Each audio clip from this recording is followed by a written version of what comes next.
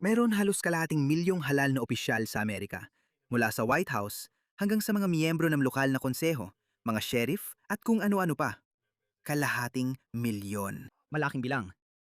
Malaki ang Amerika, malaki ang bansa. Maraming gumagalaw na bahagi. Parang isang malaking makina. Ang UK ay may 20,000 halal na opisyal.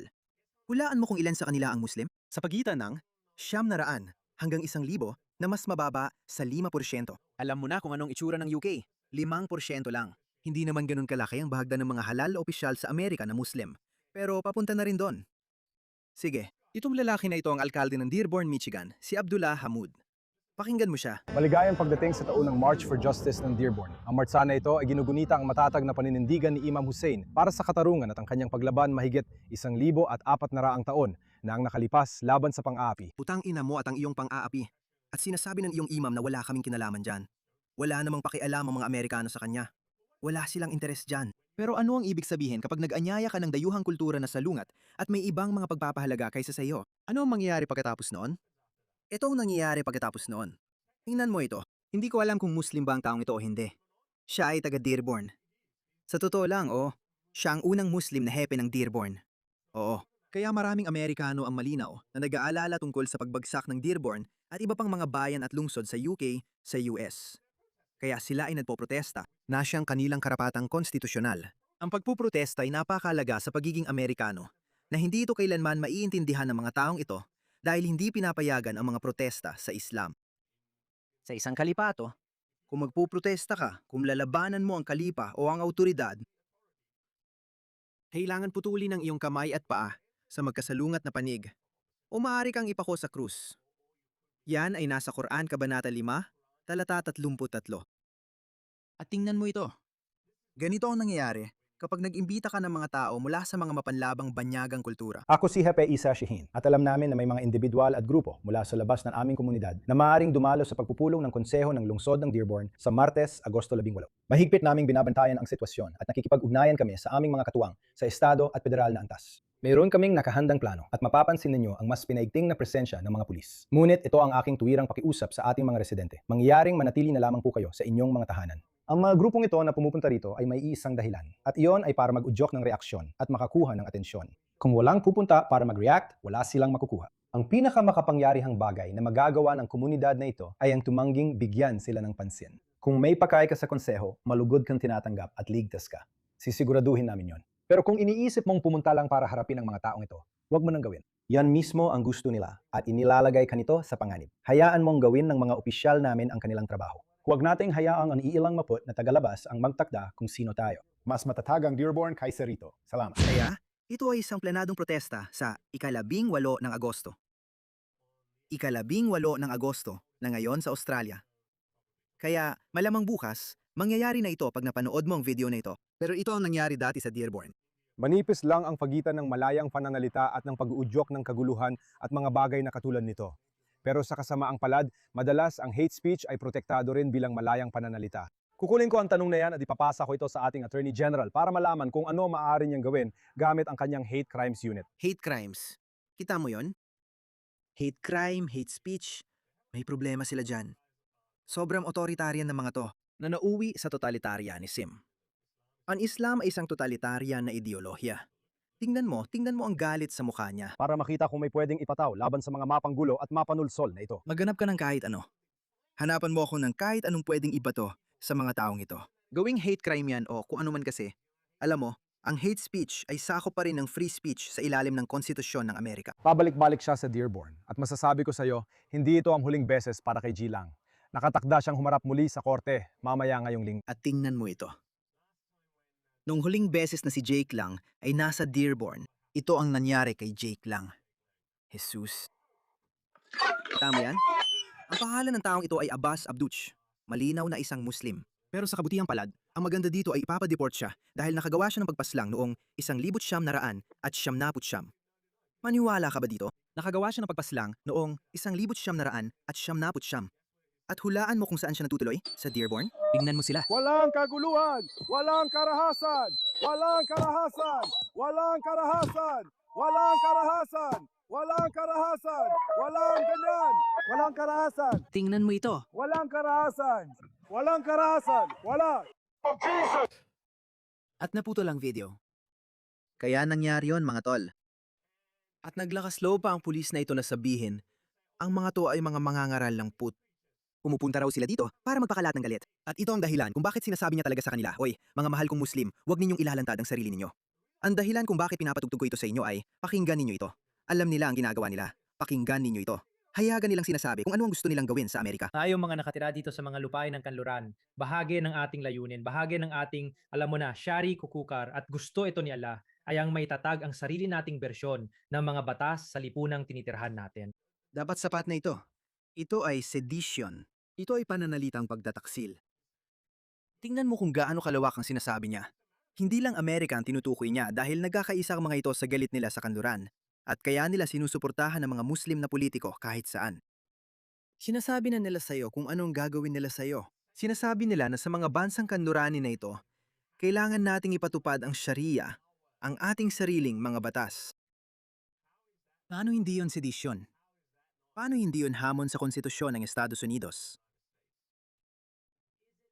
Ito ba talaga ang ating pangmatagalang layunin na ipatupad ang ating mga batas sa buong lipunan? Kung ganun ang kaso, ano ang magiging epekto nito sa mga minoryang naninirahan dito? Kailangan nating pag-isipang mabuti ang mga bagay na ito. Ang tunay nating layunin ay pamunuan ang lupain, ang ating mga yaman. Ang tunay nating layunin ay pamunuan ang mga lupang ito, mga pare. Ang taong ito ay ang pinakakilalang Islamistang iskolar sa Amerika. Yasir Ka. Limitado tayo bilang isang komunidad ng Muslim sa Amerika. Kaunti lang ang mga tao natin na kasali na sa laban. Gusto kong yakapin ng mga tao sa bahaging ito ng mundo, ang Islam. At gusto ko, kapag ginawa nila yon, sumali sila sa mas malaking umma. Siyempre, mga sitwasyon ng minoryang Muslim, tayo dito sa Amerika.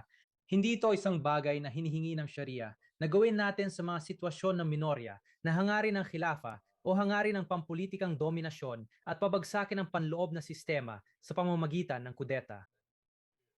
O magkaroon ng kudeta. Kaya ang sinasabi niya ay hanggat tayo ay minorya, hindi obligasyon sa atin na magtatag ng caliphate.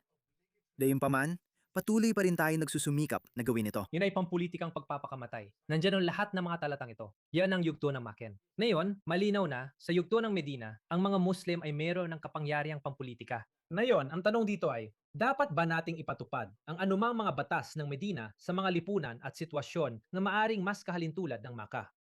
Kaya ang sinasabi niya rito, sa unang 10 taon ng Islam, si Muhammad ay nasa Makkah. Siya ay pinoprotektahan ng kanyang tiyuhin. Kaya maaari niyang hamunin ang mga sumasamba sa maraming Diyos noong panahon ng Quraysh. Pero walang pumapansin. Kaya sa tingin ko, mga 30 o 40 lang ang yumakap sa Islam sa unang 10 taon. Pagkatapos, tumakbo siya papuntang Madina sa kalagitnaan ng gabi dahil namatay ang kanyang tagapagtanggol, ang kanyang tiyuhin, at wala nang magpuprotekta sa kanya. Kaya sa gitna ng gabi, tumakbo na lang siya papuntang Madina at doon niya sinimulan ang marahas na jihad. Doon nagsimula yon. Kaya tinatawag itong Yugto ng Madina. Ngayon, doon nagsimunang kumalat ng mabilis ang Islam. Hindi dahil sa lakas ng mensahe nito, kundi dahil sa marahas nitong katangian. Iyon ang tinutukoy niya.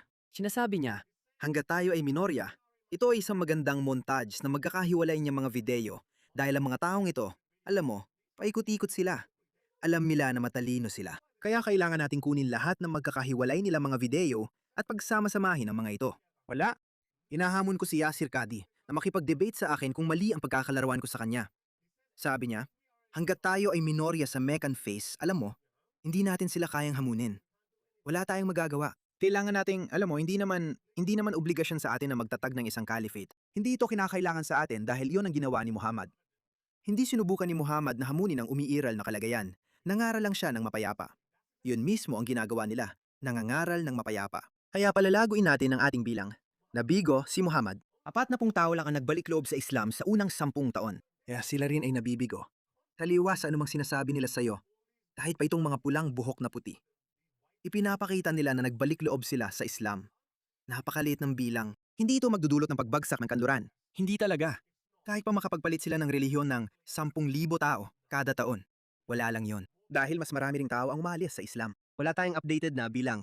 Pero ayon sa huling survey ng Pew noong 2016, sinabi doon na ang bilang ng mga taong lumilipat sa Islam ay kapareho lang ng bilang ng mga umaalis sa Islam. Sa Amerika yon. Kaya ito ang Meccan phase ngayon. Ang ikalawang phase ay ang Medinan phase. Kung kailan sinimulan ni Muhammad ang marahas ng jihad, ito ang sinasabi niya sa inyo. Pakinggan ninyo siya. Nandiyan ang mga bersikulong ito. Yan ang Meccan phase. Ngayon, malinaw na sa Medina phase, may kapangyarihang pampulitika ng mga Muslim. Ngayon, ang tanong dito ay, dapat ba nating ipatupad ang anumang batas ng Medina sa mga lipunan at sitwasyon na maaring mas katulad ng sa Makkah? Alam natin na sa mga sitwasyon kung saan tayo ay minorya, hindi tayo nagpapatupad ng vigilante justice dahil ang mga pinsalang maaaring mangyari ay mas malaki kaysa sa anumang mabuting inaakala mong mangyayari. Nakatayo ko kasama ang aking guro, ang aking sheik dito. Kita niyo mga kapatid, kailangan niyong maintindihan kung nasaan kayo at ang sitwasyon. Halimbawa, ang unang 13 taon sa Maka, ang mga tao sa Maka. Pasensya na, ang sinabi kong 10 ay 13 taon pala. Sasabihin niya yan sa inyo ngayon. Panahon, walang mga talata tungkol sa jihad. Ngunit pagkatapos ay ipinahayag ni Allah matapos ang hijrah. Lumaban kayo sa ngalan ng Diyos laban sa mga lumalaban sa inyo. At huwag kayong sumobra sapagkat hindi mahal ng Diyos ang mga lumalabis. Ang landas ni Allah. Kaya, ang pangkalahatang prinsipyo sa unang 13 taon ay pagtitiis. Sinasabi ko rin, ang parehong bagay dito, pareho rin dito sa mga bansang ito. Magtiis tayo. Sinabi ng propeta, labanan ang mga pagano, labanan ang mga kafir, gamit ang inyong dila, gamit ang inyong panulat, at gamit ang inyong mga kamay. May mga panahon at lugar para sa iba't ibang uri ng jihad. Kita mo, sa ngayon, panahon na para gawin mo ang iyong jihad gamit ang iyong dila. Darating din ang panahon para sa jihad gamit ang iyong mga kamay. Ang tanong ko sa iyo, bakit mo hinahayaan mangyari yan? Tingnan mo ang UK. Malapit na pumasok ang UK sa ikalawang yugto. Kaya naniniwala talaga ako na anuman ang mangyayari muna ito sa UK. Na siyang mag-aalerto sa natitirang bahagi ng kanduraning mundo. Kaya dito sa Australia, pinapaalalahanan na namin ang mga tao na paparating na sila. At bakit pa nila babaguhin ang kanilang paraan? Bakit pa nila babaguhin ang kanilang pamamaraan? Kung gumana ito sa UK, malapit na rin itong gumana sa France at Germany. Ang katlong bansang yon ay magkakalapit. Sa totoo lang, ang Spain ay kakapasok lang ng 70 o 80,000 na mga lalaking Muslim na nasa edad para lumaban na yung taon lang. Kaya, sino ang nakakaalam? Maaaring mangyari muna ito sa Spain bago mangyari sa UK. Pero ang UK ay nasa yugto na kung saan hindi na maiiwasan ang kaguluhan. Hindi na maiiwasan ang ilang uri ng kaguluhan o digmaang sibil, handling huli na para gumawa sila ng anumang hakbang na hindi nagbabayad ng malaking halaga para sa kanilang lipunan. Kaya, sabihin na lang natin na nanalo ang isang partidong pampulitika ng dulong kanan. Nanalo si Rupert Lowe. Hindi ito mangyayari. Malamang ang reform ang mananalo at ang reform ay walang lakas ng loob. Kaya magtatagal pa ito ng 5 taon pa. Kaya pagdating ng 2034, doble na ang populasyon ng mga Muslim. Sa ngayon, nasa 10% sila. Maaring umabot ito sa 15%, 16% o 20% pagdating ng panahong iyon na nangangahulugan ng mas malaking impluensya sa politika. Kaya, habang mas tumatagal ang paghihintay ng UK para sa pagpapabalik sa pinanggalingang bansa, mas lalala ang kalalabasan kapag ginawa na nila ito. Kaya, sa puntong iyon, may masamang mangyayari kahit ano paman. Kahit na mangyari ang remigrasyon na mapayapa, sabihin na lang natin na lahat ng radikal na Islamista ay maideport. Piliin ang mga pamilya na sumama sa kanila. Lahat ng mga palaasa sa ayuda ng gobyerno ay maideport. Tanging mabubuting Muslim lang ang matitira, alam mo. At babawasan ang bilang hanggang sa mas mababa sa 5% na mabubuti at produktibo. Mabubuting Muslim. Oo, gusto ko yung mga mabubuting Muslim. Ayokong magdusa ang mga mabubuting Muslim. Kaya sinasabi ko na kailangan ninyong kumilos na yon. Kaya hindi magdurusa ang mga mabubuting Muslim. Oo, at sa sinasabi kong mabubuting Muslim, hindi ko ibig sabihin yung hindi nagpapasabog, yung hindi nagla-like sa mga video ni Muhammad Hijab. Ang ibig kong sabihin, sa mabuting Muslim ay yung hindi nagsasabuhay ng Islam, yung hindi naniniwala sa pagdarasal sa kalsada, at hindi nang aaway ng mga lokal. Yung talagang naka-integrate at nakaangkop na, yung nagsusuot ng kasuotang kanduranin, yung walang pakialam. Sino? Yung hindi tinitingnan ang kanyang pagkakakilanlan, ang kanyang Muslim na pagkakakilanlan, bilang hiwalay sa mas malawak na pagkakakilanlan ng Briton. Yan ang aking definisyon ng mabuting Muslim. Hindi yung hindi ka sinasaksak. Yan ang normal. Wala namang dapat na nanaksak ng kahit sino. Yung talagang nag-iisip at nagsasabing, oo, makatuwiran naman yon. Dito sa Britanya, pwede nating punahin at pagtawanan ang kahit anong reliyon, kasama na si Muhammad. Yan ang mabuting Muslim. At ayon sa mga survey, 60 hanggang 70% ng mga Muslim ay naniniwala na dapat gawing labag sa batas ang pamumusong. Kaya, alam mo na, kung pagbabasehan yon, marami talagang ipapadeport. Pero sabihin na lang natin na mangyari yon. Magkakaroon ng sapilitang pagpapabalik sa 2034. Magkakaroon ka ng kakulangan sa mga bihasang manggagawa. Magkakaroon ka ng kakulangan sa mga doktor. At malinaw naman, Maraming puti ang hindi na nagpaparami ng anak. Kaya ang United Kingdom, kung nais nito mapanatili ang pagkakakilanlan bilang Briton at seryosong pangalagaan ito, pati na rin ang kasaysayan at kultura nito, tiyak na daraan ito sa isang uri ng kaguluhan. Sige, maaring magkaroon ng karahasan dahil sabihin na nating karamihan sa mga tao ay hindi basta-bastang aalis ng mapayapa. Handa na sila. Marami silang armas. Marami ulat na nagsasabing ang mga Albanyano ay nagpuslit ng mga armas papasok sa United Kingdom. Kaya may video tayo ng mga Muslim nagpapatunay na may mga armas silang nakaimbak sa kanilang mga mosque. Pakinggan mo ito. Isa itong Muslim na pulis. Kaya nagpadala sila ng Muslim na pulis sa galit na grupo ng mga Muslim. At sinasabi niya, kung may mga armas kayo o anumang katulad nito, ang gagawin ko, itatapon ko ito sa mosque. At yun nga ang ginawa nila. Kaya matagal ng paniniwala na ang mga mosque na ito ay hindi lang puno ng mga radikal na mangangaral. Puno rin ito ng mga radikal na jihadi na may mga armas. Kaya malamang, magkakaroon ng uri ng karahasan. Siguro yon ang dahilan kung bakit ayaw pakialaman ng gobyerno ng United Kingdom ang bagay na ito. Pero mangyayari pa rin ito. Ang tanong ko, bakit kailangan pa nating umabot sa ganung punto? Ipinagbabawal ang lahat ng migrasyon mula sa mga bansang Muslim, mahigpit, tanggapin lang ang pinakamagagaling at huwag hayaang mapunta sila sa mga getong Muslim. Sabihin na lang natin na may totoong Muslim na doktor. Sige, nagkaroon tayo ng magagaling na Muslim na doktor at siruhano. Isang tunay na Muslim na doktor na napakataas ng kwalifikasyon ang dumating. Gusto natin isama ang kanyang pamilya dahil magsisilbi siya sa komunidad. Siguraduhin na hindi siya mapupunta sa Ilfid. Hindi siya mapupunta sa isang Muslim na ghetto. At malamang kung malaki ang kanyang kinikita, pipiliin niyang manatili sa puting komunidad. Pero sa ilang kadahilanan, kung ang Muslim na doktor o siruhano na yon ay may matitinding pananaw tungkol sa Islam at Gaza at ang pambubomba ng kanluran sa mga lupain ng Muslim, Ate Bipe. Pasensya na. Manatili ka na lang sa sarili mong napakapangit na lugar. Manatili ka na lang dyan, hindi ka namin kailangan. Bawasan ang imigrasyon mula sa mga bansang Muslim. Bawasan ito hanggang 1% at kunin lang ang pinakamagagaling. Ganyan ang ginagawa noon nung dekada 90 at 80. Iyon ang normal noon. Kaya karamihan sa mga imigrante sa Amerika at Australia ay mabubuting tao talaga. Hindi sila gumawa ng sarili nilang mga ghetto. Pero may nangyaring kakaiba nitong nakaraang 10 o 15 taon. At tingnan mo ang Dearborn. O baka naman talagang hindi maiwasan ang ganong resulta. Kahit pa magdala ka ng Muslim na siruhano, Muslim na siyentipiko, ang mga anak niya ay maaring maging radikal na Islamist dahil mahihirapan sila kapag nakita nila ang mga gay bar, kapag nakita nila ang mga nightclub, kapag nakita nila ang paghahalo-halo ng mga tao. May kung anong kumiklit sa isip nila. Talibas yun sa paniniwala na kinalakihan nila. Sige. Parang paghahalo ng tubig at langis. Siguro, alam mo, ipatigil muna ang imigrasyon mula sa mga bansang Islamiko. Hindi ito rasista. Isa itong usaping kultural. At walang masama sa pagnanais na mapanatili ang iyong pagkakakilanlan.